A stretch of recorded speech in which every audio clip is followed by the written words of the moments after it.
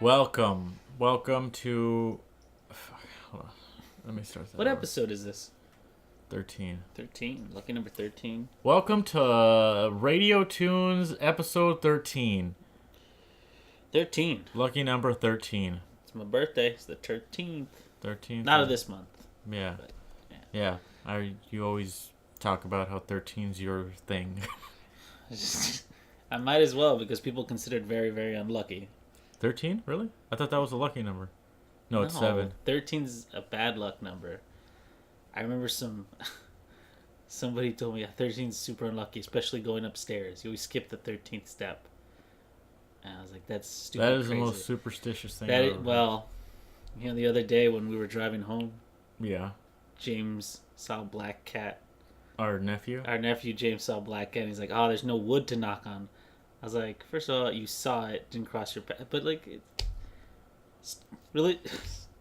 Superstitions are stupid. Let's move on. Okay, there you go, yeah. Actually, nothing really happened this week as far as, like, us going out and doing stuff. No, it's kind of a quiet week, and I think it's because 4th of July kind of took it out of us. Yeah. Although what we did do is we dug out the old R-Type machine Yeah. from the there was, garage. our dad has been telling us to clean out the garage, and he fucking hates our... We have an arcade machine in there, and he hates it because it just basically takes up a lot of room, but it's... Surprisingly, it takes up a lot of room. Yeah, but, like, it's such a cool machine, and, like... It really is, man. If we had room in here to have it plugged in all the time and stuff, we would, but... I mean, like, I have an arcade in here, in my room. Yeah, the Neo Geo machine. Yeah, and I don't even have it plugged in at all times because it just fucking takes so much electricity. Yeah, and it gets really hot, too. Yeah. And the thing is about the R-Type machine that I really love is, well, for one, we got it completely for free. That was just awesome. Yeah, we were passing by this church, and these people were just, like, throwing it out. And then we said, you guys are going to throw it away? And they're like, yeah, it doesn't work anymore or something. And we were just like, fucking give it to us. Yeah. And I still had the truck at the time, that was the thing. If I didn't have that truck, we wouldn't have taken it. Because they were like, we're going to put it out here. Whoever wants to take it, take it. So we put it in our truck, and all we needed to do was, I think we replaced the what is it called? The plug. Because the one on there isn't the original one. It's like a screwed on, like, new one that you get from Home Depot. Right, and I believe our dad did that for us. Yeah. But And so then that was all that was wrong with it, because when we turned it on, we just fucked with the settings in the back, and... Yeah, to be honest, though, we didn't know they were the settings until I just started... We just looked at the back, and we was like, I think these are settings, and we twisted them. I was like, hey, so it's doing something, keep doing it. Yeah, and we just calibrated the screen correctly, and then boom, it worked. It's crazy how that is still working. That is really, like, because all the capacitors and everything in it, all the wiring is still good. Like, how it's been... I mean, I assume it was, like, around 85 that thing was built and sent out, and it's, like, says it on still there somewhere. running. Yeah, it still has the Nintendo plaque on the back. Yeah, it's a really cool... I mean, the only thing that sucks is a lot of the parts got rusted. I mean, but that was before we got it. Sure. The stick is a little bit rusted, and the buttons are a little bit Yeah, sticky. it's got that... it's, like... The one thing about the Nintendo machines, though, is, like, they have the tiny joystick. Yeah. It was almost meant for, like, a child. Yeah, because Nintendo used to make their own parts. So that's why all their stuff looks different, and it's, to be honest, it's not good in my opinion. like Sanwa and Haps make like way better parts, but that's besides the point. Sure. But at the same time, the Neo Geo machine that you have in here takes up way less space. Yeah, way less space. And the Neo Geo cabs are cool because if you don't know this, like other cabinets, you can only you usually have to do a lot of work to switch whatever game is in there, you know? So, like, R-Type is, like, hardwired into that machine, basically. Yeah, that's all it plays is R-Type. But Neo Geos were, they were a better option for people that didn't have a lot of space in their arcade because you could switch out the cartridges, and it came with, like, all sorts of games, albeit, like, some people consider them knockoffs of better games. Sure, but the option to, like... Because, like, this one we have, it's interchangeable, and there's a space in the marquee for you to put a new slip in there, which is what you were supposed to do. Well, what I meant by that was, like, Street Fighter, like, people wanted to play Street Fighter, Right. But if you were a fucking laundromat and you only had room for, like, one arcade, you got a Neo Geo cabinet. Yeah, I would put, like, Bubble Bobble, I'd put, you got King of Fighters, which is just it's good enough. Samurai Showdown, and then maybe a racing game. Metal Slug, Windjammers, which have Windjammers on here. Oh my gosh, that Windjammers game! I really wanted to get good at it, but I just don't understand how that game is played exactly. It's just so weird. Like somehow you can hit the frisbee up. I don't know. It's a good game. It's really fun. But yeah, so that basically took up our whole weekend, was cleaning the fuck out of the machine and putting it back into our house. And yeah, the only other thing I was going to say is your Neo Geo machine is much smaller, can hold more games, and we have like a case of games that go with it. Yeah. Because you could just switch. I think we have 20 games in there that you could switch out. And the R-Type machine is one game, and it takes up maybe double that space. Yeah, but the Nintendo machines obviously are more valuable, Sure, of course they are, but still, it's just when I look in the back there, it's like a lot of wasted space. We were looking. Okay, so after we had after we had dragged that thing in here, for some reason we started looking up like cabs online. Yeah. Like arcade machines that in our area that were for sale and stuff. And this guy had a Ultimate Mortal Kombat 3 machine, like in really good condition, and it had rated on the side. Yeah, you showed me that. Super fucking cool. And if I just had enough money to just drop like that on how much was it? I think it was like $1,500 or something, because he had everything replaced, and it was. That makes sense. It looked really cool though. I mean, even Mortal Kombat's not even a game that I really care about that much, but you were really good at it though. Well, just the like the side art looks so cool, and I don't know. Because unlike a lot of games, it was all along the the whole thing was filled up. It was a die cut sticker and everything. Yeah, my Neo Geo cab just has a gray on the side, and then the R-Type machine is just like a poster sized sticker that they shoot. Yeah, even that one though has really cool art. It does. Well, the R-Type, art style is really cool. It's very 80s and it's very space age. It looks great. Yeah. The only other thing I'll say about the R-Type machine is whatever its 2-player mode is awful. Why? Because either you're left-handed or right-handed. No, you just take turns. No, I know, but player 1 is on one side and player 2 is on the other. No, it's not. They both fire. No, I tried it with James and they don't both fire. Oh, really? You have to be on the right side, yeah. Oh. So that's kind of dumb. Well, then you just got to play crisscross. Like Seth Killian style. Yeah. But anyway, we did some of that, and that was a little bit of a trip to like a nostalgic trip, to be honest. Which is kind of nice.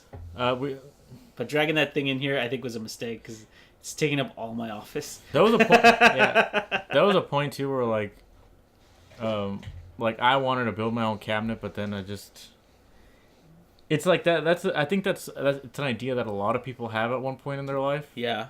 Like, I'm gonna build an arcade cabinet. It's gonna have a computer inside. I'm gonna have all these games on it, but just like thinking about the fact that I don't even play this Neo Geo cab as much as I should. It's like, am I really gonna put a whole fucking computer in a cabinet with a monitor and a mouse and speakers and everything, just so I could play? I'm gonna be 100% with you, Steve. I started researching it today, and I have components ready for it. The one thing that's really stopping me is the construction of it, and I don't think you should do it. Well, because I don't want to build that huge thing. Obviously. I know, but I thought about this for like such a long time, and it's just, I don't think anything really warrants you having a real cabinet, like for multiple games like that. It just, I don't know. And we were talking about buying a little candy cap too.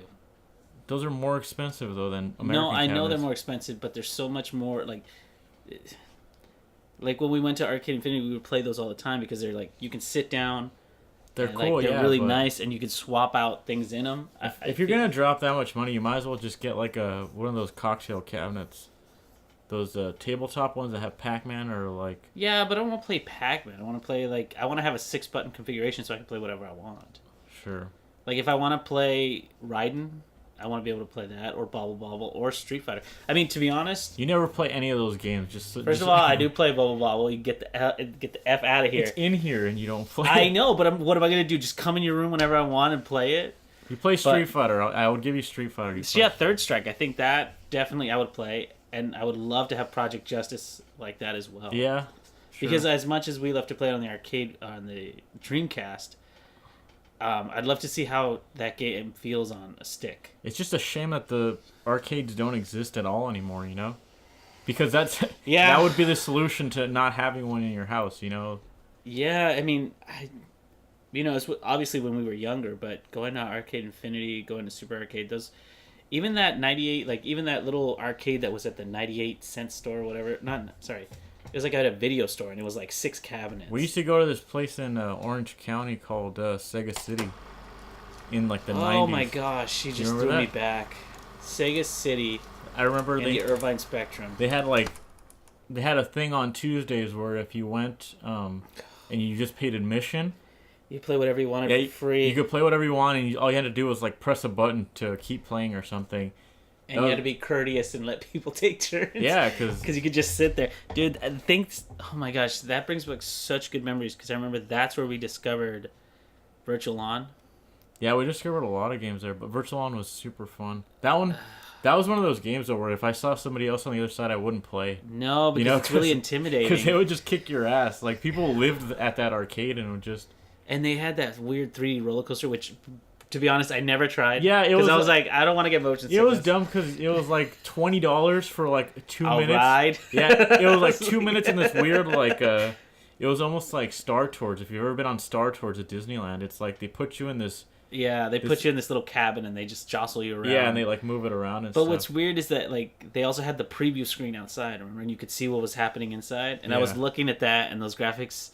It was early 90s graphics, so how good could it be? I remember one time, actually, they had this weird fucking, like... It was like a fighting game. Oh my gosh, you could talk about the Ring of Power? I don't know what it was called. I was really young, so I don't really remember, but they had like a blue screen, and they would like put stuff on your hands and on your feet, and you would have to like fight like a character in the... Like, you were basically motion controlling like a video game character in a fighting game. I specifically remember that. And it was like $40 just to try it, and it looked really was crappy. $5. It was $5. Okay. And you were playing Tekken. Oh, it was Tekken? It was Tekken. Damn. And you did have the sensors on your arms and legs, but essentially they would react to that circle on the floor. Oh, okay. So if you were like a kid in the 80s, or maybe in the early 90s and broke, your parents might have bought you the Sega Menacer. I don't know what that which is that octagon-shaped thing that operated the same way. That's the Menacer? I believe it is. Okay. Correct me if I'm wrong, but it is essentially you punch and kick out of there, and it controls the character. And that's what you were doing. They just hooked it up to a fighting game, but it was really cool because it was a stage, and the stage had blue lights coming out of it. Yeah, it was like it was like a setup. It was cool to look at, but the line was always long, and I always thought like I never want to do that. And a bunch of out of shape kids were like fighting in it. Actually, it ended up looking lame. I actually want to say that you needed to be like a certain height to even play it, but I'm not sure. I think you're right, because I think it was like you had to be able to reach outside of the circle. Okay. So if you were a really little kid, you couldn't do it. But the best thing about that one was because it was called Sega City, they just had tons and tons of Sega arcade games. Sega made the best arcade games, I think. Yeah, they had that Tanks game there. Okay. Remember the one you stick your head in? And you like turn around and do this with, and you fire and shit. Like that was really great. I just remember they had a bunch of shooting games. They did. We had one. Oh, the one that took your picture. They had a bunch of those, but there was one. It was ported onto Dreamcast, and it was called. You remember that game? The first boss was like a midget. Confidential Mission. That's what it was called. Oh my gosh, Confidential Mission. They had that game there. They had all sorts of like Sega shooter games. Well, they had the whole House of the Dead series. Yeah. Well, at the time it was only up to 2. Yeah, part 2, but it was. But still, it was the place where I first discovered how awesome House of the Dead was. And then they had like a section I remember because it was like, it wasn't stories. But it was... No, it was just a big, giant room. It was like a giant room, and it had stairs going down, like, levels. Yeah. And the bottom level was, like, like dimly lit, and they had, like, Centipede and Donkey Kong. And those were always free. Yeah, if I remember correctly. Yeah, because at that time, like, they were, like, just old. It wasn't, like, cool retro old. It was just... Old. These are old. Yeah. These are old. We have these. Yeah. We might as well plug them in and let you play. So sometimes when I would like when we would go on days that they didn't have that special, right, and I ran out of money, I would just go play those. That was the first place I played Donkey Kong, the original Donkey Kong. And they had Donkey Kong 1, 2, and 3. Yeah. And with that weird like bug sprayer. Yeah, Donkey Kong 3 is good, man. But the reason I really liked it because they had Time Crisis 1 and 2. Yeah, those games too. Oh my gosh, Time Crisis 1 and 2 was so good. I remember they had Marvel vs. Capcom 1, and I was like, it was there when it was like new. When it was brand new, and like while the good people were playing that, I think you and me played Children of the Atom. Oh, which was the X-Men fighting game. Yeah, it was the first Marvel game. Yeah, but I think it said X-Men Children of the Atom. I don't think it says Marvel. I think it was just specifically X-Men. It's a Capcom Marvel game is what I meant. Like, okay, gotcha. But correct me if I'm wrong. I thought it was just the X-Men. Yeah, it's just the X-Men. Okay, there's no Street Fighter in there. And I remember playing that game and thinking, oh, this is great. And then all I did was play Iceman and dropped like this huge iceberg on you over and over again. I was like, this is janky. Marvel vs. Capcom 1, I used to play Mega Man and Venom. I thought they were the coolest characters. Mega Man. Oh, I remember that animation for Venom where he like sticks his hand out like he's holding the wine glass. Uh-huh. And then it shoots his symbiote out, and it like gets you from the floor. That was a very cool animation. They had super good animations in that game. There was just a couple like, don't get me wrong, I love Mega Man. Right. I just didn't you kick a soccer ball in that version? Yeah, but the version of him in that game looks a lot like Mega Man 8. And I don't really like Mega Man 8 because he looks almost like a preteen. Yeah, you know like, what? I prefer like Super Smash Brothers got him perfect where he looks like a little baby child. Like, I love that version of Mega Man. I think what it is like the Mega Man 8 version is like lanky. Like his arms and legs are way too long. That's what I mean. He looks like a preteen, or he looks like a high school freshman or something. Right, but I think the Mega Man you're referring to looks more like an Astro Boy kind of. Yeah, exactly. Yeah, and it looks right. Yeah. I don't know what it is about those proportions, but they look correct. You know, it's funny. The first time I played Mega Man 8, correct me if I'm wrong. That's on PlayStation. I fucking hate that game, dude. I remember. But I just when I remember playing it, I was like, this doesn't. For some reason, this didn't feel like a Mega Man. Yeah, because I got it one year for Christmas. That's where I played it. And I was like, oh shit, like this is like more Mega Man. This is amazing. And I turned it on. And I was like, this game is so fucking slow. Is that it? Is it just like the pacing of it? Like going from Mega Man X, dude, like back to 8 is just, this is weird, you know? Like the speed of Mega Man X and the look of it and everything about it just is completely different from Mega Man 8. I remember Mega Man 8, I didn't even like the music. Yeah, the Mega Man 8 had that weird intro. Like they tried to do a Mega Man X thing.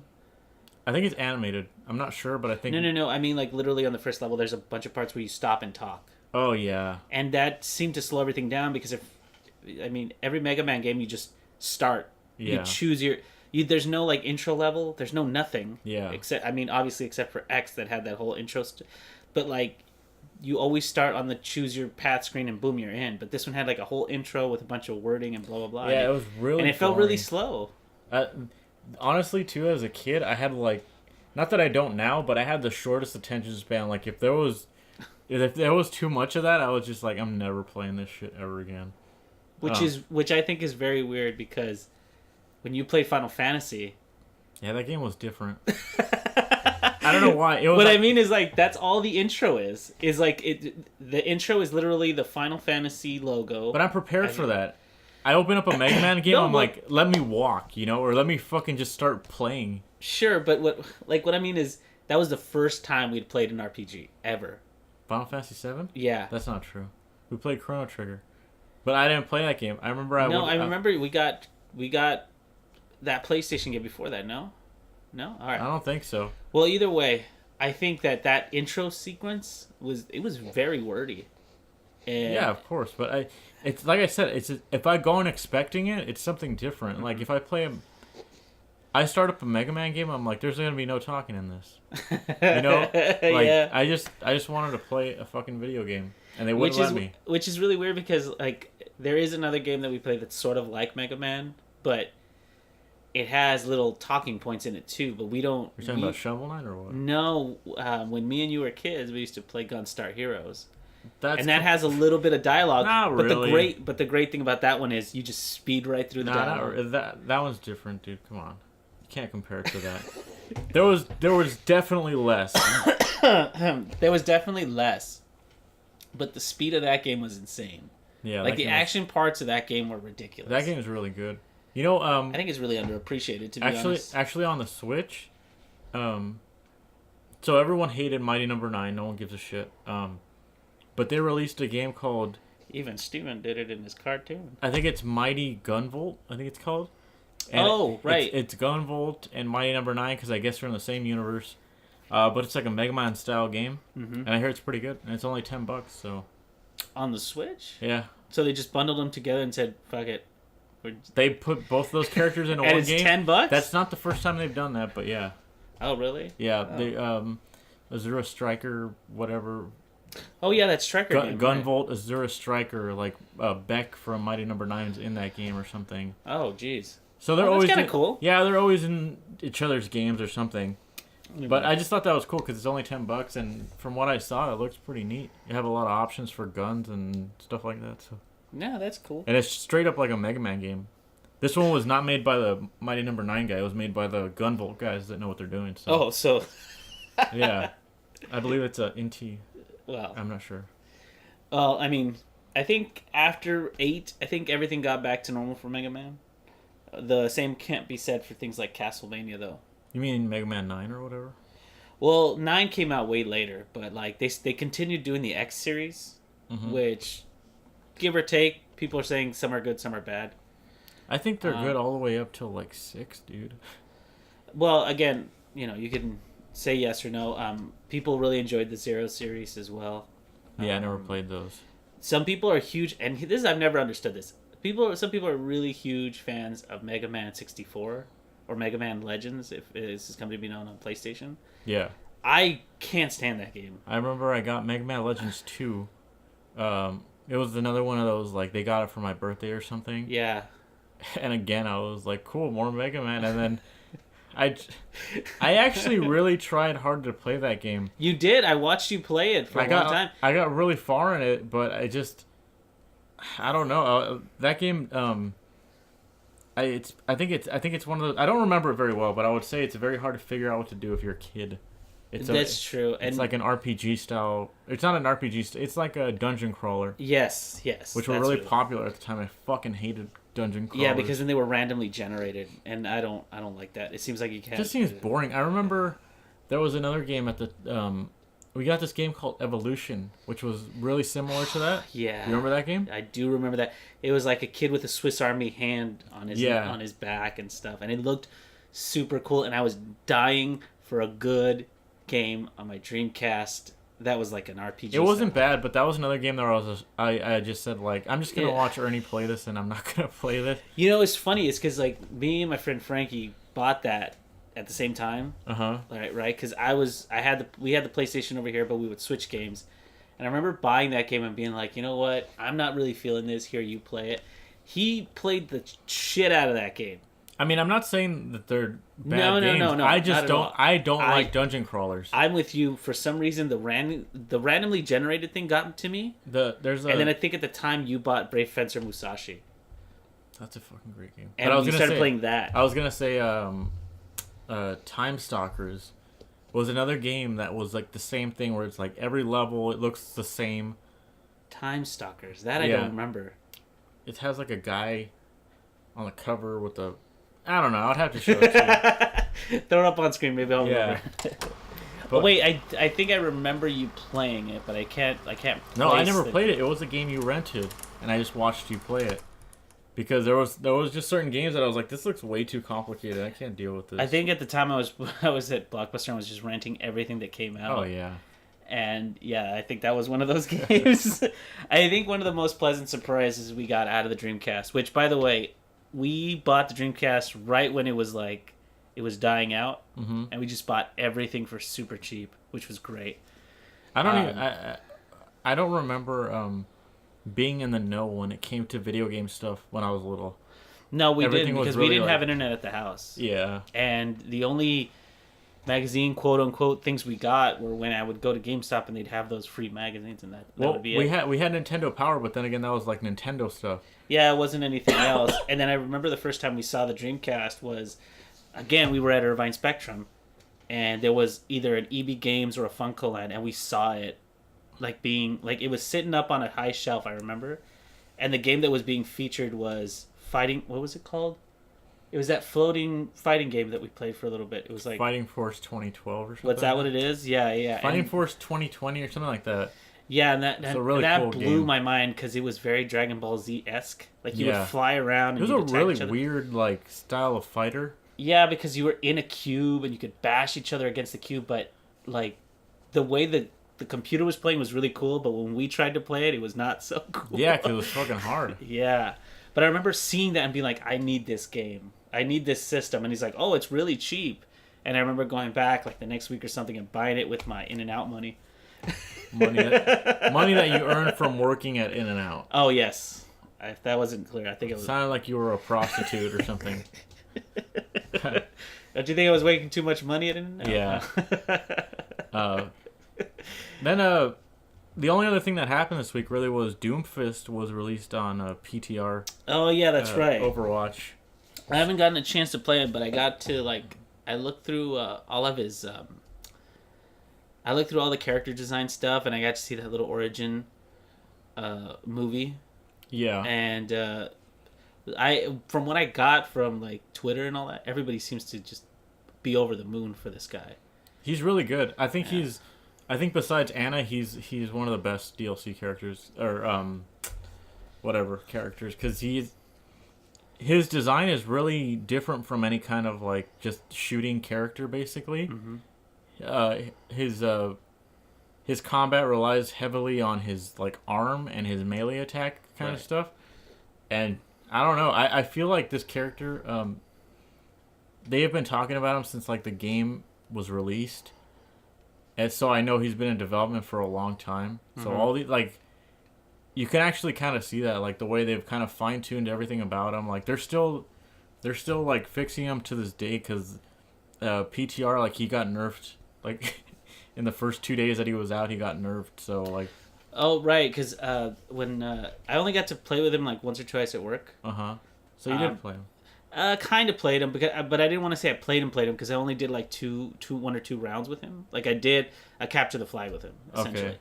And it was... He didn't seem overpowered. That's for one thing. Like, most characters that come out of the gate, they feel like, oh, damn, this guy's, like... You could just own everybody up with him. That was for sure... he felt like he's not a very ranged character. He's like super close up. Yeah, there's definitely like somebody like Farah definitely counters him because he's like, what are you gonna do? Yeah, exactly. But he's got really cool properties. Like his main attack will go through a Reinhardt shield. Like it'll punch right through it. You mean his right click? Right. His right click will go right through it. And I was like, oh shoot, this is awesome. Well, all of his stuff is like physical. He does have a gun that has like a weird. Right. It's like. So the way that I saw it played was that, like, he has holes at the end of his fist. Yeah. Right? And he can, like, the person, like, I took turns with somebody, and they were like, oh, you can shoot one at a time, or you can store it up and just do one big blast. That's not true. Oh, sorry. Well, they were telling me something like that. I was like, oh, that's kind of cool. I was just clicking it, and it was like it's a shotgun or something. His left click is just like a big, it has like a big spread. Okay, so it's like a shotgun. So yeah, and it's actually really good. It's kind of weird because it doesn't reload. You have to just wait for it to come back. Okay. It's like on a set recharge. Okay. Kind of timer. Right, yeah. Which is, I'm under the impression that he didn't have a gun at one point at all. And he was all physical? Yeah, because not that the design looks shitty, but him shooting out of his knuckles almost looks like his hand has been like that, and they're like, you have to give him a gun or something, because... Yeah, I think to be honest, I think he would be kind of incomplete if he didn't have one because none of the other characters are so restricted. Yeah. You know what I mean? But, because even Mercy has a gun. His mobility is pretty fucking ridiculous, and I think he's super fun. I think he's one of the funnest DLC characters that have come out, and he's free. So, I mean... I think fun is a good way to describe him. Yeah. Because there's a... I know it's a really generic thing to say. Not necessarily, because some... Like, with some characters, like, oh, this is a very technical, heavy character. So he's not... like, Sombra's really technical, and to be honest, I don't really see how she's good to this day. I don't really think that she's very good. But, like, do you consider support characters fun? She's not a support character. No, but you see what I mean? It's like, personally, I think McCree is really fun. he's strong enough where you can kind of lone wolf. You have Okay. the flashbang, you have the roll, like you have a lot of mobility. I wouldn't describe McCree as fun. I would describe him more as just straightforward. I always described him as someone I was playing because he seemed like the funnest character. I play him, but I wouldn't describe him as fun just because what I'm saying is Doomfist is a very different style of playing. You can shoot from afar, but you get most of his benefits come from being up close and charging your opponent and his melee attacks, and he has an uppercut too. Yeah, that's right. That puts him in the air for a while, and he can slam down and like stun people. Yeah. So he's just in there to fuck shit up. He goes in there and he just fucks shit up. And you had mentioned his character design. You really dig it? I like it, yeah. I mean, it's just a big ass arm, which is cool. Right. I don't know. It's the only reason that when I saw it, I was like, this looks kind of generic. Is it's literally him, like a shirtless him, with pants on. Shirtless guy with pants, yeah. I mean, only because like even the strongest person or the strongest looking person, which is the chick, what's her name? Zarya. She has a lot of armor and she has all this stuff around her. I mean, obviously she has boobs, so they can't leave her shirtless, but they seem to add a lot of context to her, even to her hair. I think his name is Doomfist, so they focused all of the detail onto his arm. Yeah. I don't know. I guess. And plus, he's like a. We were calling him Jax at the office. That's why he's like metal armed. Yeah. Sure. Dude with bald head and everything else. Just like it's 2017 Jax or something. Sure. But I mean, maybe they just didn't focus on that as much as they did with the. I think his design is good. I don't know what you're talking about. I like his design. I think you're just in love with that metal arm. No, he's a. I don't know. They actually don't have any skins for him or anything yet. You go on a PTR and it's just him and he has 0 unlocks. He's just. I was like, okay, sure. And everyone uses the same skin, so it's. Everybody was when I watched the video. People were commenting because like if you haven't watched, there's a little origin thing where he fights Tracer and Genji. That thing's cool. And and Winston. And to be honest, I'm super in love with 2D animation. Right. And that movie is probably one of the best. It's one of the best examples of really, really good animation because you can feel the punch that hits Genji and knocks him into the car. Like you can feel that because not only does he skid to a stop and then he like bounces up and hits the car. Like that whole sequence is brilliant. But the part where Winston gets super pissed because of what happened to Tracer. Yeah. Ugh. Just like I could watch that all day. I put that on repeat for a little bit because the change in his face and then the rush. They didn't show the eventual punch or anything. It goes like they're coming together and stuff. That was my favorite part when Tracer got destroyed. You used to play Tracer. No, I'm just kidding. I like all the Overwatch characters. There's just certain ones that. And people were saying so like in that specific part where he rips the thing off Tracer and she's stuck in like this time loop. Everybody's like, so is she just stuck in the time loop now or what's going on? I was like, yeah, well, whatever. She's just aging rapidly until she dies. The only critique I really had about Doomfist was he's a very straightforward bad guy, I guess, because in the thing he just is kind of like conflict will cleanse the world and he's just punching the. They haven't really flushed them out really. Like I was telling you earlier, I don't think every character in the game has a story that's super flushed out yet. But I'm sure at some point they will. So this is why I had a little problem with the character design. And obviously this is one person's opinion. You have a different opinion. But you look at somebody like McCree, and there's so much in the costume that you're like, holy crap, there's a story behind that. And, they had a little comic, which I read, and wow, that's cool. And then you look at somebody, like Tracer. Like, you look at her costume, and not only does she have like the goggles and everything, and she has that big bright thing in front of her, but she also has the jacket, which has like the English patches on it. So there's some character in the costume. There's character in Doomfist as well. You're saying he doesn't have a lot on him? You're saying you would like it if he had more clothes, like a Final Fantasy character or something? No, I'm just saying, like, for example, he's supposed to. He's what is he? He's West African. Mm-hmm. So he comes from like a place where they probably don't wear shirts. Which is fine. He has face paint and he has these cool horns on his shoulder that are like part of his arm. I mean, to be honest, it's probably just It's probably just a case of like he comes from somewhere where there's indigenous people, and that shit doesn't. It's, I don't know. It wouldn't fit him to have a bunch of stuff on him like that. I don't know. I don't. Well, that's the thing. Is like I watched that thing, and then I watched like his character design. I was like, okay, so there's not much to his actual costume, but maybe there'll be something different in his origin. And his origin's kind of like they just kind of tell his philosophy in life, and that's it. Now, I know what you're saying. Like West Africa, they don't wear a lot of clothes there, which is true. But the character in like Third Strike, what's her name? Elena. She doesn't wear a lot either, but there's Right. a lot to her character. Not really. Like with all the beads and the fact that she's the only one that has like that extended animation of like her stance, and she's a very unique way of fighting. Like there's things to her, is what I'm saying. I think there's about the same in I don't know. I think that's kind of a weak argument, but whatever. I mean, you don't like the guy, I get it. Last thing I was gonna bring up was that I went to go see a movie this weekend. Yeah, you went to see Spider-Man: Homecoming. Yeah, me and my friend, we said, you know what, fuck it. Why don't we just go catch an early showing of Spider-Man? And we got there at like 11. The movie started like at 11:05. We got the last 2 tickets, and we went in there. And these two, Wait, it was packed? yeah, they'd sold out. I couldn't believe Wow. it. Oh yeah, 11 o'clock on a Saturday, huh? 11 o'clock in the morning on a Saturday. Huh. And these 2 gigantic dudes were sitting in our seat. And if you don't know this, like AMC's now, I think they all do it. They do assigned seating. Is that true for all of them? I think that's true for all of them. And so we got there and we're like, oh, these fucking guys are in our seat.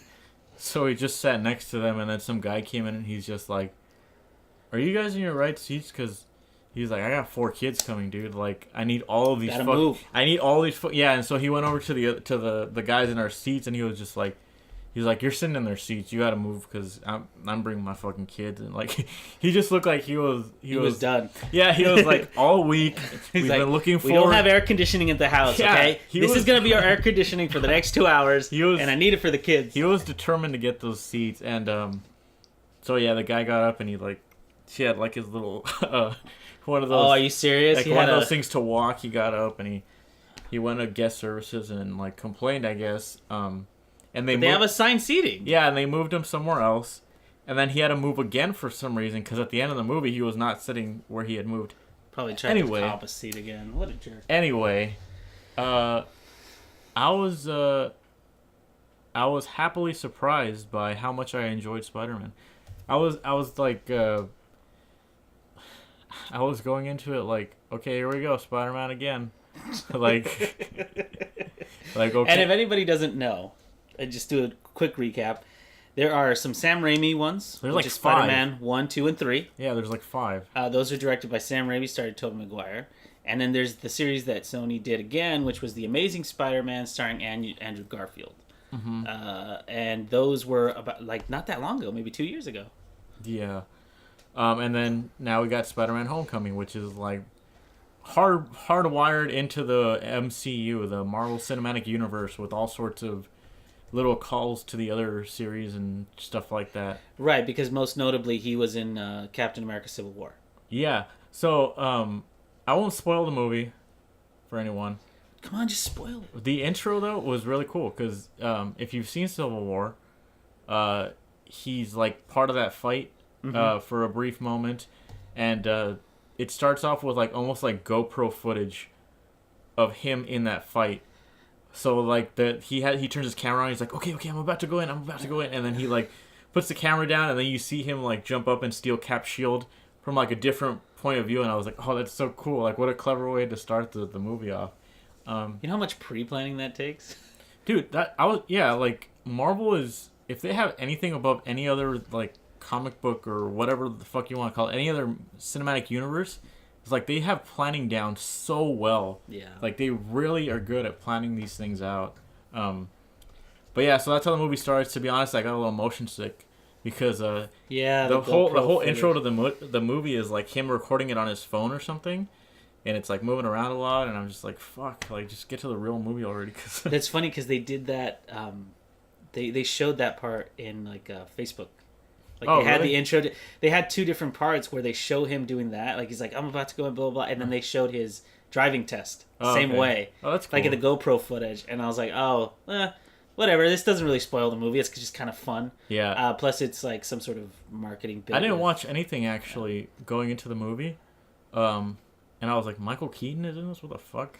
Yeah, I saw him in the trailers, and I was like, dude, this guy looks like Michael Keaton hasn't been scary since Batman. Dude, yeah, and he's like super And fucking he's- old. Like, Well, he No well offense look, to- they olded him up a little bit. no too, offense because, to the guy, but it's like, okay, it's like, Beetlejuice. Like, look at this guy now, you know? Well, like, actually, I saw like he was in a movie last year called The Founder, where he plays he was in Birdman. and Birdman. Right. That was a lot longer ago, but in The Founder, he's supposed to play the one. McDonald's guy, right? Right, and he doesn't look like he has the white hair and everything, but he doesn't look that old. Maybe I think they just didn't put as They much aged makeup him? on him, and Yeah. they aged him a little bit. Maybe. Because that's supposed to like the Vultures. That's one of his trademark things. Okay, is that so he's you know older. you know who's the Vulture. Yeah, but I you didn't- know that from the previous. I didn't know that. Okay. So, the Vulture, I think, honestly, like, the design of him is really good.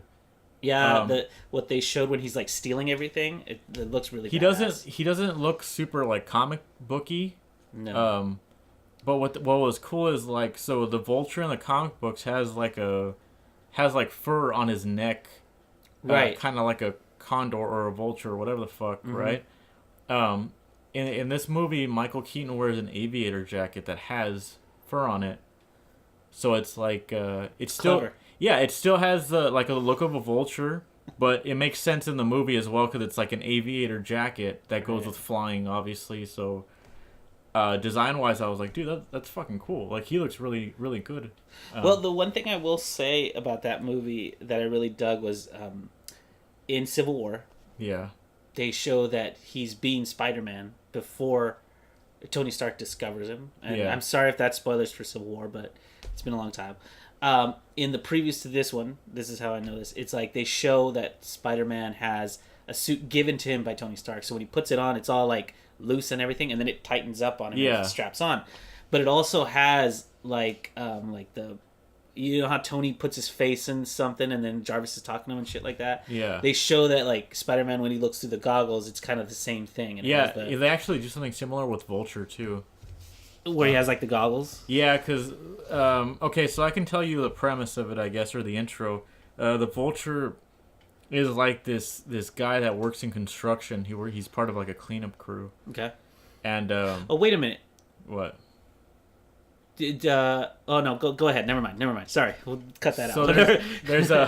there's a bunch of alien like debris and shit from Avengers 2. I knew it. That's what they were gonna do. Okay, all right. I was Yeah. like construction Avengers from the event, right? Yeah. Okay. And then dude, yeah, what is it called, the incident. Yeah. All of this Marvel shit is revolving around the incident. Well, yeah. When you take out half a city, it kind of sticks around. Yeah, so there's Yeah. alien tech all over the place, and his construction company is like, oh, we were hired to like clean up all this stuff, and then, like Shield or some fucking weird people come in and they're just like, oh, we're taking over this operation, and the Vulture is like, well, you can't do that. Like I bought all this extra shit to clean up this stuff, and now you guys are just gonna take my job away from me. So he's gonna lose a lot of money. Yeah, so that's where the whole motivation for him comes from, basically, where he's like, let's take all this alien shit and sell it to people that want it because they're paying a lot of money for it. Like bad people. Right. Right. Yeah. So yeah. So that there you go. There is his motivation That's actually really for cool. all that. Yeah. And I assume that's how he builds his suit. They don't really show it, but Right. Oh, I mean, going back to the thing I was gonna say was I like that they explained the suit, but they didn't need to.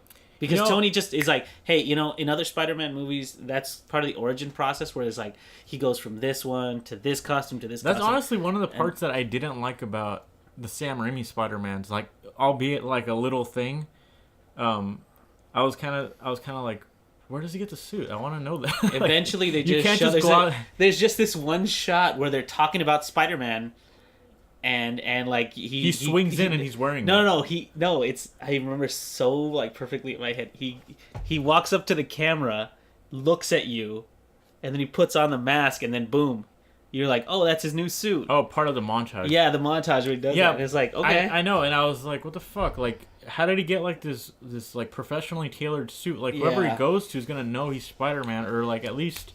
Well, because like the thing about the Sam Raimi ones that always bothered me, and I mentioned this before to you. Sorry about that. The thing that bothered me about the Sam Raimi one was like he, instead of having the web shooters, he had some weird growth in his wrists. Yeah, which by the way was dumb, because then what? Peter can never wear like short sleeve shirts because then it'll show his spider bite thing. Because like, I thought that was weird too, mostly because of that scene where he's trying to figure out how to shoot his web. Yeah, I was like, it just so happens that him putting his hand like this shoots web is it's kind of dumb. And what I liked about the newer version is that, you know, even when Tony Stark visits him in the Civil War movie, he has just tech lying around. Yeah. And he has a bunch of gadgets that he's made work even with old technology. So it makes sense that he would design his own web shooters. Yeah, he actually makes it in chemistry class. Well, like, there's scenes of him like mixing stuff, and he'll like hide it, and it's like web fluid. So I was like, I think that's cool. really cool, because the one part of the couple of things that were missing from the Sam Raimi ones that I always thought were like, he is Spider-Man technically, I guess, but you know, the cool parts were like he was a scientist, but he was a smart mouth, you know? And so I don't know what it was, and I think you mentioned this to me the other day after you watched it. He's like, Tobey Maguire wasn't really like, he didn't have quips, like he wasn't very funny.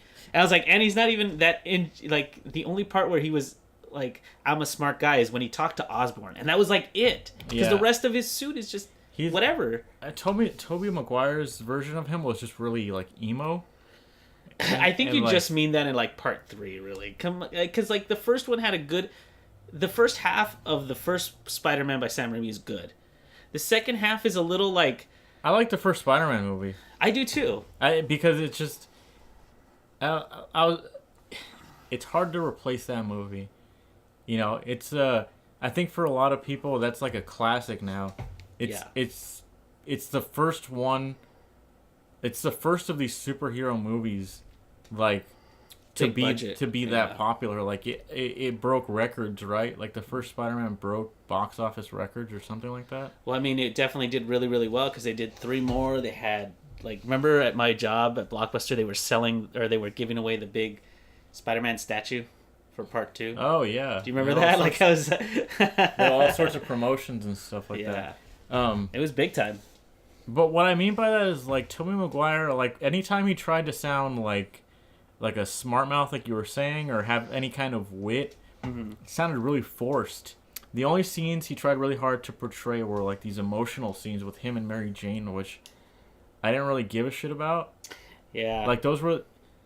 But then again, I didn't like who played Mary Jane either, to be honest. Yeah, that's what's nice about this new one though, is like whatever kind of love story that he has or something is not really part of the film. Oh no! No, there's this girl that he likes called Liz, and there's just like moments where he's just like, hey, like, oh, there's a girl I like, you know, or like, you know, it's in there, but I wouldn't say it's, yeah, kind of, I don't know. But it's not focused on. It's not super. It's not like the first Spider-Man movie where it's all Mary Jane basically. Like she's in the middle of it. She just happens to be in the middle of it. Kind of thing. Or in the second, or in the third one, where Gwen Stacy's just happens to be in the middle of the whole thing. Like, is that part 3? Yeah, it is, because remember, it's like Gwen Stacy and Topher Grace, kind of the thing. So yeah, a little story about Spider-Man 3. When I went to go see that movie in theaters, there's a scene where Tobey Maguire, he starts dancing. Do you remember that? Yeah. I think everybody remembers that stuff. And then he like pushes Mary Jane at one point or something. Do you remember that? And then he no, I don't remember. He pushes Mary Jane? He pushes her, and like I think he throws some shit at her, like a jacket or something. Okay. Or something weird. And then he realizes like, oh shit, I took it too far. And like he starts crying. Do you remember that? I don't remember this. Oh, okay. Well, it was just funny because the theater I was in was full of people that just started shouting, pussy, fucking pussy.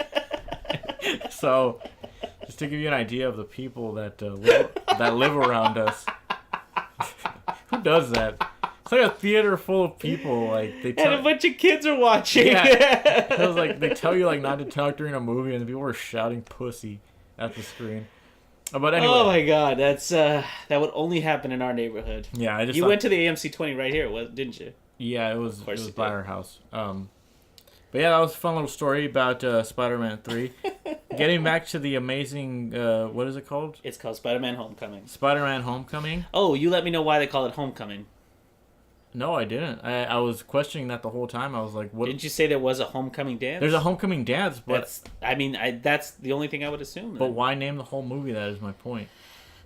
I think, like, if I'm gonna just take a stab at it, there was a homecoming dance there, and this is technically Spider-Man coming home to Marvel. Because remember when they released when they finally showed that or announced that them and Sony had come to a deal where they could have Spider-Man. Mm-hmm. They put it everywhere. It was like welcome home, and they had it all done in web. Oh, okay, cool. So I mean, whatever. As a double entendre, it kind of works. Sure, that's good enough for me. Another thing I was gonna mention was, if you don't know already, Uncle Ben is already dead in this movie. This movie takes place after Civil War, so Spider-Man's a little bit more acquainted with his, like, not really. He's still a beginner, don't get me wrong, but the whole incident where he gets his powers has already happened. Right, well, because in Civil War, I believe there is a line where he talks to Tony, and he tells him, "Well, I'll just tell your hot Aunt May, or I'll just tell your hot Aunt May about it." And he's like, "She can't find out about this because like something happened recently, and I'm not going to put her through that again." That happened in Civil War. That happened in Homecoming. Oh, did it? Yeah, I just told you about that. No. He says something similar in Civil War.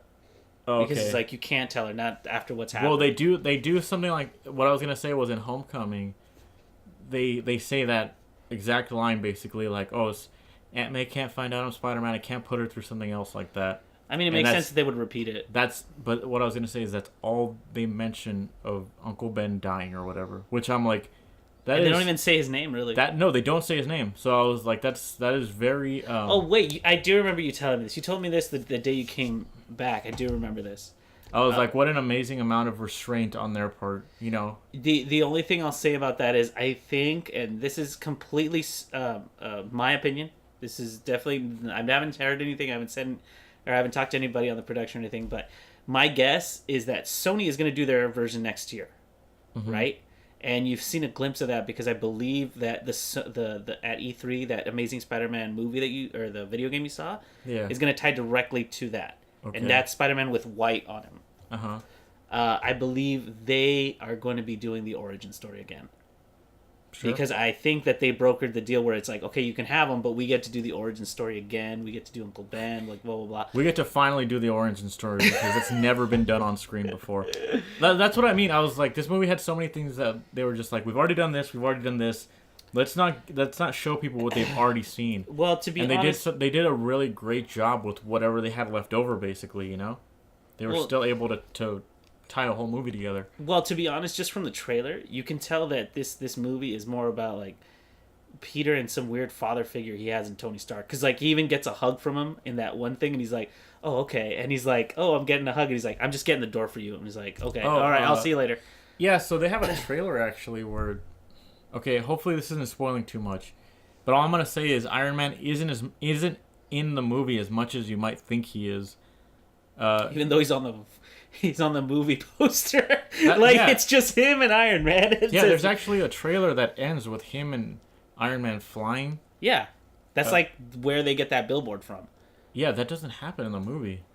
Oh, really? Yeah, they must have cut that out. Trailer. Because remember, I think we were driving home or something, and you and me looked up, and it was just the date the movie came out. Yeah, Iron Man and Spider-Man. And literally, they were occupying the same amount of space in a blue, like there was no background, it was just blue, and then the two of them coming at you, and then it said the name of it, and you're like, that's a horrible poster, and I was like, yeah, but Iron Man is like a household name at this point. There's been three of them. And he's not that much of the movie. Well, he comes out like in the beginning, a little bit in the middle. In the end, that's pretty much it, which I really like. Yeah, I almost feel like Iron Man is better as a he's kind of like a mentor or like a father. Yeah, like a father figure. Yeah, that's definitely what the trailer is. Iron Man is the kind of character that I can take in small doses. Like I like the first Iron Man. I didn't really give a shit about Iron Man 2 or 3. But the way they use him in this movie, he's almost like Zero in Mega Man X. Oh, that's a nice comparison. Where Zero is like, he's the goal. Mm-hmm. You want to be Zero, right? And Zero is not playable, but Zero comes in and like saves your ass in the beginning, and then he comes out in a few little caveat places in the rest of the game. Right. But when you see him, it means something. You know, you're like, oh, it's cool. Like he's back. Like, dude, this guy's fucking cool. That's who I want to be. Right. Same thing with Iron Man. When Iron Man comes out, you're like, the few times that he's there, you're just like, oh shit, it's Iron Man. Like, this is cool. Like, that's. I mean, it sounds like they're using him really effectively, considering too in the trailer when Spider-Man's got his powers and everything, and he's on like all this building, and he's gonna fly over the helicopter. Like he's on the Washington Monument, I believe. Right. He says he's like he has like a fat little buddy that works computers or something. Yeah. But he's talking to him, and he says, he's like, man, I really wish he wouldn't treat me as a kid. He's like, but you are a kid. And he's like, well, I'm gonna, and it seems like just from getting that, he's like, I'm gonna prove to Daddy that I can do this on my own, kind of thing. So it has that feel to it, Yeah. His friend, his like fat friend, I thought he was pretty annoying, but I will say that he helped push the whole teenager angle. This Spider-Man definitely feels like the most teenager Spider-Man ever. Like, well, he looks like a teenager. Yeah, like Tobey Maguire, I always thought like this guy looks like a fucking adult. Yeah. Like Andrew Garfield, I was like, this dude is like a fucking attractive jock. There's no way he would get beat up. Maybe he was Disney Channel Spider-Man. Yeah, like that's what I was just like, I don't fucking like this guy. But this guy looks like a little kid. And he plays like that whole like nervous wreck like really well. Like he is then, and that's what I mean by his friend helps to drive the whole like teenager angle home. Is his friend is a little bit like him, where they're just kind of like loser kids and right. They're not popular or whatever. I think they work really well together. I mean, I don't. Well, I think Marvel has found that having little side characters support the main character. Like, that's the one thing that the Sam Raimi ones never had, is that, like, Spider-Man had to do the whole thing on his own. Yeah, it was all basically Toby and James Franco. Right, but James Franco didn't share in the secret. You know what I mean? And in the second one, it was like he could confide in James Franco before he was Spider-Man, but after there was this whole, like, I can't tell you this kind of thing. But what I'm saying is, like, I want to say every single Marvel superhero movie has like the main character that has the objective, and they have like a little side character with him. I think none more abrasive or none more like out there was Ant-Man, when he had the one dude who was like, okay, so my buddy Carlos told me about that this Latino one dude. Yeah, the Latino dude. That's that's why I was kind of skeptical, because when that kid first came on screen, I was like, if this is like that Latino guy from Ant-Man, or if this is like that fucking girl from Thor. Thor, yeah, that was the other one. Like, I am going. Listen, I am with you with the Thor one. Yeah. Because she was literally just, every line she said, it was like Mr. Freeze and Batman. It was like everything she says is a pun. I'm like, okay. But I will say that the one in Ant-Man, because Ant-Man felt like a really comedic... It wasn't that bad, no. No, and he felt like it was important for him to get that information out. And they were like, how can we do this where it's still entertaining? And he actually did something. Yeah, and he was part of the connection that got... Kat Dennings in Thor was like... Yeah, she was just like, they took my iPod. And I was like, that's the fucking joke? I'm supposed to laugh? What is this? You almost expected to hear that stupid Price is Right, like, you failed noise that goes... Yeah. I thought the fucking audience was going to start laughing on screen or something, like... But every, like, even in Civil War and everything, they always pair them up. They hardly have scenes where they're just on their own. And I think it's because, like, just because I've been watching so many Marvel movies along the way, it's been like, because you want to hear what they're thinking, but you don't want to hear exposition. Right. Like, when a character just spouts exposition to you, it's not entertaining. But if they're talking to somebody and you can communicate something without saying it, that's great. Like, there's this scene in I think it's in it's not in Civil War, it's Winter Soldier, when when Scarlet, no, I'm sorry, Scarlet. Jesus, I can't think. Captain America and Black Widow.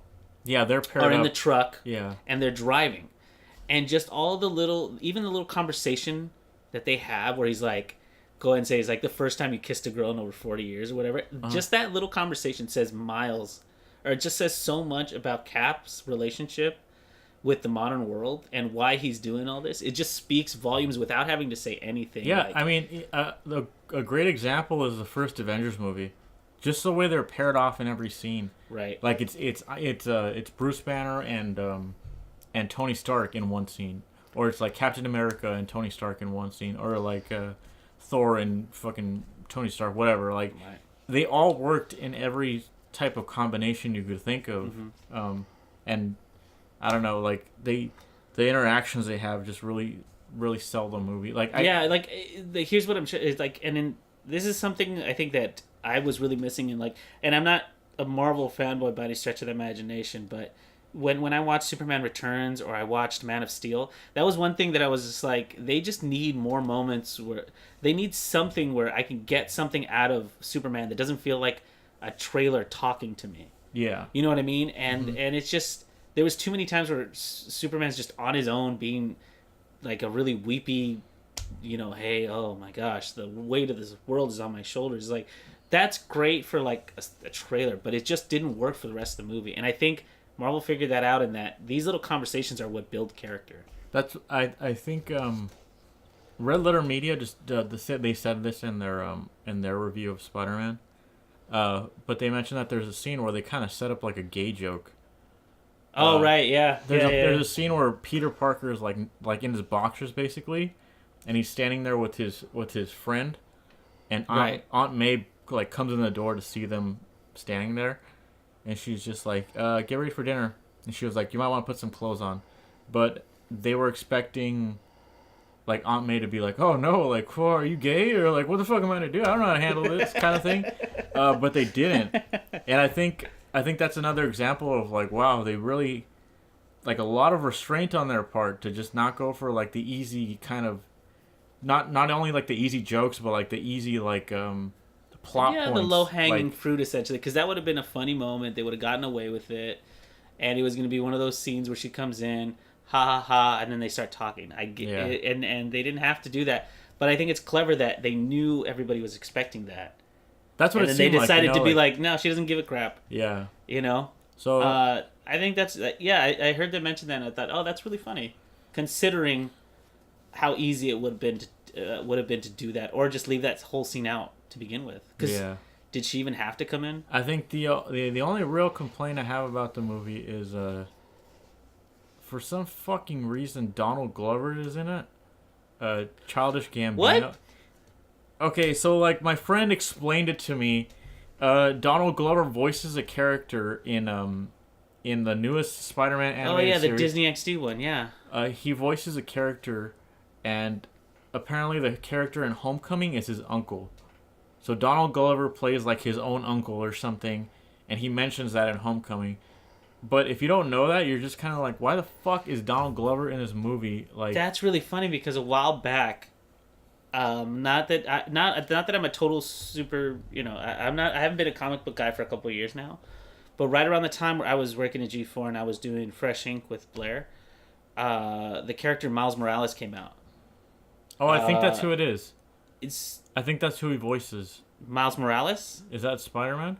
That's Spider-Man in another dimension. Oh, never mind. I don't know. Okay, so what happens is there was a big petition online to have him play the next Spider-Man, Miles Morales. Donald Glover? Donald Glover. And it was weird because Marvel, the reason it happened was Donald Glover was called by Marvel to do something. Mm-hmm.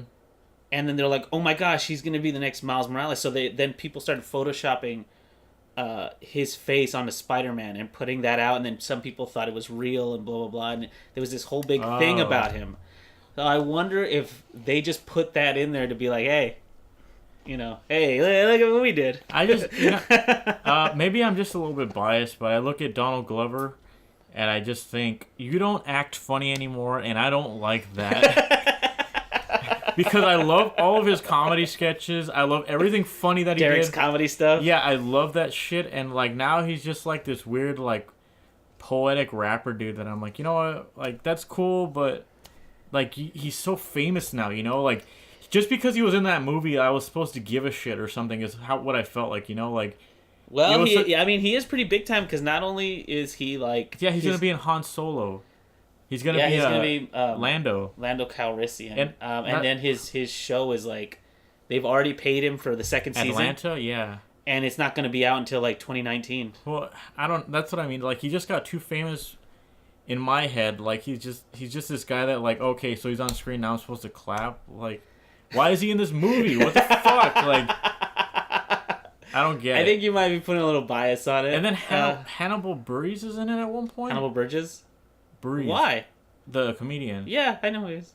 Yeah. He's on Broad City. Yeah, he's a Eric Andre guy. I'm sure everyone knows him from Eric Andre.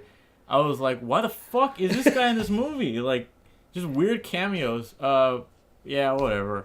I mean, was it that big a deal that he was there? Like, if you didn't know who he was, would it have been a big deal? I don't really care that much. The Donald Glover one was the only one that really like. What does he say? What does he do? To me, like. I mean, I'm not an expert on acting, but his acting in that movie, I was just like, this is just... Did he really phone it in? That's what it seemed like to me. And I just... Like, I don't want to tell you what he says. Alright. But... Okay, whatever. When that movie comes out on Blu-ray, I'm going to watch that scene a million times, and I'm just going to criticize it to hell because Okay, whatever. Anyway... the last little like negative thing I have to say about it is like Disney really put all of their fucking like product placement into this movie. Like not so much with like their direct movies and stuff, but like there's Star Wars shit like everywhere. Well, I mean he is a nerd in that movie. Sure. And I believe in that scene you mentioned, aren't they putting together a Lego Star Wars set? Yeah, they're like putting together a Death Star, and like at one point, his friend has like a little Darth Sidious Lego guy, and he says like, "Come to the dark side" or something, and Peter has all this Star Wars shit in his room, and I'm like, okay, I get it. Disney bought Marvel, I get it. You know, they do a better job of it in other ones, like things that you wouldn't notice, like back in the day was like when we watched Captain America: The Winter Soldier, you didn't notice all the. I did. What did you notice? Well, no. Okay, are you talking about Avengers where there's like a Gillette can or something, like clearly in the shot? No, I'm talking about like in The Winter Soldier where they're driving a Ford and they do like beauty shots of it beforehand, as like it's completely shiny and blah blah blah, and they're like, take your foot off the dash, and they're just like. I was like, wow, this is real product placement for this. That's fun. Like, they do blatant versions I actually don't everything. remember that. That's what I mean. It's like, it's very, like, they've done it before a lot better. And even Ant-Man, in Ant-Man, they could have picked any... Yeah, they have Baskin-Robbins. Baskin-Robbins is like, and they plug it 3 times. Yeah. They plug it when he works there. And then he's like, he's like, we have 31 flavors, blah, blah, blah. Yeah, okay, and then he's taking one home. It's like, they've had this all over the place. Okay, Star Wars does not seem like that far-fetched. No, compared to those, I guess it's a little more subtle. And look at it, I know it's hard because we're a little older and we're a little more cynical, but, you know, our little nephew has Star Wars everything. Yeah, that's true. And our nephew James is probably around the same age. And his room is full of Star Wars crap too. It's not that much of a leap, but because we know it's Disney, we see that and we're like, you know, could you stuff any more Star Wars in there? At least it's not as bad as Sony and Jumanji. I don't know if you've seen that. I've seen that trailer. I didn't know that they were making a new Jumanji, and I didn't like the fact that like The Rock is not a real person. The Rock is like the I didn't know. What is it? It's like he is the I didn't know they were making this movie, so they showed the trailer before Spider-Man, and Jumanji's now like a video game, right? And The Rock represents his player or whatever. Yeah, so they all pick a character and they all turn into that character in the game, and it looks fucking horrible. Well, at least they aren't ruining the Robin Williams version of it. Their nerdy kid or whatever, he has like an Uncharted poster, and he has like all this Sony shit. Like they really just is his name Marcus? Went over the top. What does that mean? You don't remember Marcus? No. Step your game up, Marcus, from like that failed. Okay. That was a long shot. I think on that note, we'll end it. We're gonna here. end on that bad joke. Yeah. Dude, come on! You're gonna make me go out on that really, really bad joke. Thanks. Step your game up. That's what I would say about that. Whatever, Steve. All right. Well, that was this week's episode. If you watched Spider-Man, no one cares. Well, actually, if you watched it and have something to say about it, put it in the comments. It'd be nice to get another perspective from it. Tell us, Spider-Man, yes or no? That's it. Yes or Yes or no? Just yes or no. Yeah. Actually, what I'd really like to understand, what I'd really like is if anybody saw it, please try to come up with some sort of answer as to why it's called Homecoming. Sure. Aside from the fact that aside from what I said. Because, that's an outsider perspective, other than the what I mentioned. Yeah. See what you can come up with. And then tell us, Tobey Maguire, Andrew Garfield, or what's this new kid's name? Tom Holland or something like that? Yeah, I think so. Yeah, or that one. Which is your favorite? There you go. Only one of them has had a dance number, Tobey Maguire. So, he's got a leg up. All right. That's it for this week. See you next week, guys. See you guys.